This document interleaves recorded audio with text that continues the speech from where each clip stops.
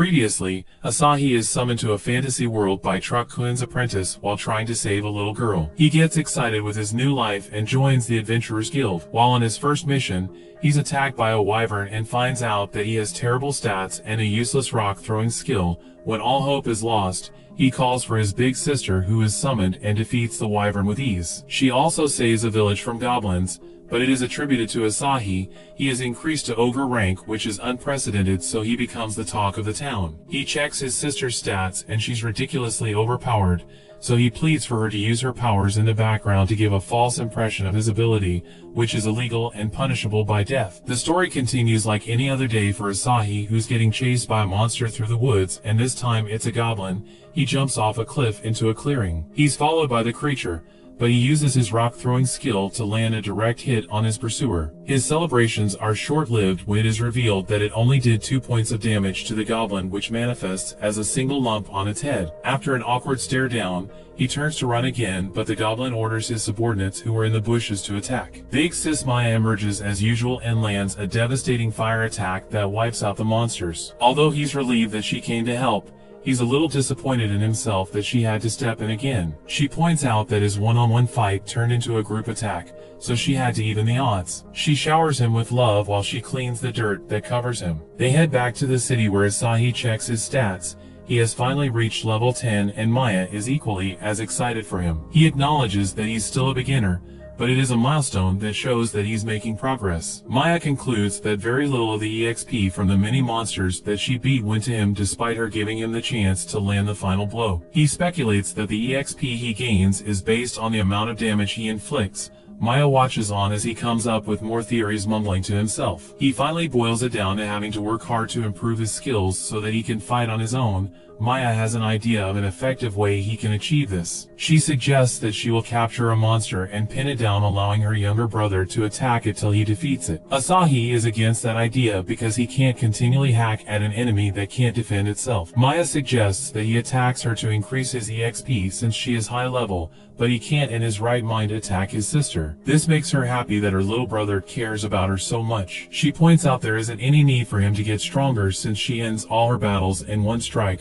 This comment hit Asahi like an arrow. She bluntly tells him that it wouldn't end well if he's faced with real danger because he's so weak. He decides to forego specialized training for when he levels up a bit more. He also expresses his desire to learn a new skill. As his sister smothers him with affection again, he uses his newly acquired escape skill to slip away. He reveals that as long as he has it, he can escape from his sister's annoying overbearingness. To counter, she increases her power and jumps for him, and he tries to activate his skill again, but he's out of mana, so she captures him and begins to disturb him. Asahi finally manages to break free from her and makes his way to the guild hall with his weakness problem still in mind. He contemplates forming a party with some other people, and he makes his way to the recruitment board, but they all have high barriers to entry. Most of them are also looking for personnel so that they can carry out some shady jobs. Because he has been moving with his sister, he had forgotten about this aspect, as joining a party is one of the joys of being in a reincarnation story. He fantasizes about how party members come together to defeat boss-level enemies, the sense of adventure, exploring different places while eating, sleeping side by side, making memories, and maybe romance between some of the party members to bring a happy ending to their journey. He's brought back to his current reality when Tanya, the receptionist, asks if he's looking for party members.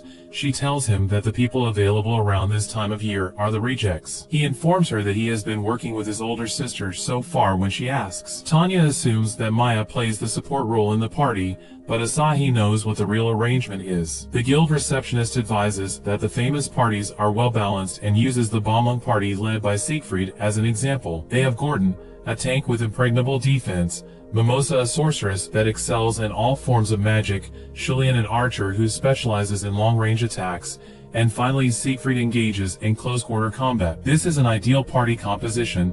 Asahi agrees with that breakdown and wonders what Siegfried is up to these days. The last time he heard about them, they headed out to defeat the Demon King. In a hushed tone, Tanya reveals that while on their journey they were wiped out by a mysterious enemy, so they fled and came back. She can only wonder what kind of fearsome enemy could be capable of taking out the top-ranked party. The receptionist warns him to be careful since he too has built up the epithet Hope of Hopes with his false false achievements. Based on the information he's received, Asahi decides to consider those things before joining a party. As he leaves the guild hall, he spots a trio picking on an inebriated guy who barged into them. They demand compensation so that they can fix their injuries. When they realize that he doesn't have money, the trio take it upon themselves to make him pay with his life. Asahi interrupts by using his rock-throwing skill, but he didn't think of the consequences as the trio now dash toward him, but he has his escape skill which he plans to use. But before they get to him, the inebriated guy knocks them out in spectacular fashion. He pukes after performing the sudden movement. Asahi rushes over to make sure that the guy is alright. Upon closer inspection, he recognizes the disheveled man as the famous Siegfried. Asahi pulls him to the side and offers him water.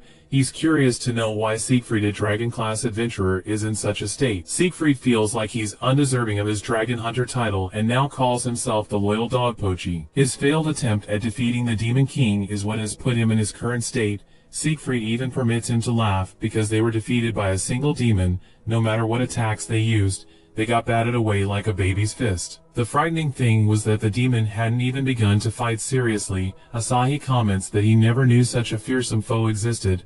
Little does he know that it was Kilmaria that did this damage. The hero has lost all confidence in himself, and all he can do is wallow in self-pity. Asahi tries to console him by pointing out some of the irreplaceable things he has gained, like his friends and all the memories. He even reveals that Tanya was just telling him how Balmung is the ideal party. Siegfried immediately shuts that narrative down, revealing the reality of the situation. Mimosa is a party animal who spends all of the clan's money on having a good time. Shulin is over 150 years old and acts like it, as she always talks down to him while giving him lectures. As for Gordon, he's too shy to even hold a conversation. The hero just realized that he has never seen the guy's face. The point that he's trying to make is that he shouldn't idealize being at a party. Since they failed to defeat the Demon King, Balmung disbanded. He is relieved because he can do his own thing. Asahi tries to save his dreams by asking if the party at least relied on each other while on their adventures. Siegfried stops his painful laughter and lets out a genuine smile as he confirms that they did. On that note,